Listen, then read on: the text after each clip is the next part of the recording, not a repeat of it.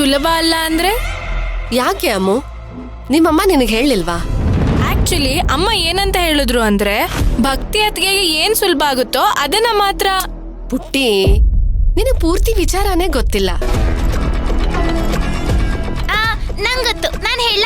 ಅಲ್ಲ ಮಹಿಮಾ, ಅಮ್ಮ ಏನಂದ್ರೆ ಅಮೃತ, ನಮ್ಮನೆ ಪದ್ಧತಿ ಪ್ರಕಾರ ಮನೇಲಿರೋ ಎಲ್ರಿಗೂ ಅವ್ರಿಗಿಷ್ಟ ಆಗೋ ಒಂದ್ ತಿಂಡಿನ ಮನೆ ಸೊಸೆ ಮಾಡ್ಲೇಬೇಕು. ಒಂದೇ ತಿಂಡಿ ತಾನೆ ಮಾಡ್ತೀನಿ. ಅಮೃತ, ನಿಮ್ಗೆಲ್ಲ ಯಾವ ತಿಂಡಿ ಅಂತ ಹೇಳಿ ಅರ್ಧ ಗಂಟೆಲಿ ಮಾಡ್ಬಿಡ್ತೀನಿ. ಅಯ್ಯೋ ಅತ್ತಿಗೆ, ಅವ್ರು ಹೇಳ್ತಿರೋದು ಮನೇಲಿರೋ ಪ್ರತಿಯೊಬ್ಬರಿಗೂ ಅವರಿಗಿಷ್ಟ ಆಗೋ ಒಂದೊಂದು ತಿಂಡಿ ಮಾಡ್ಬೇಕು ಅಂತ.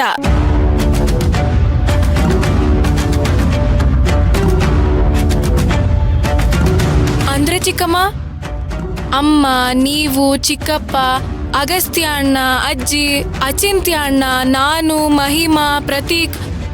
ಚಿಕ್ಕಮ್ಮ, ಅಷ್ಟೊಂದ್ ಜನಕ್ಕೆ ತಿಂಡಿ ಮಾಡಕ್ಕಾಗತ್ತಾ? ಮಾಡ್ತೀನಿ. ನಮ್ ದೇವಸ್ಥಾನಕ್ಕೆ ತುಂಬಾ ಜನ ಬಂದಾಗ ಫಟಾಫಟ್ ಅಂತ ಒಂದ್ 3-4 ತರ ಪ್ರಸಾದ ಮಾಡ್ತಾ ಇದ್ದೆ.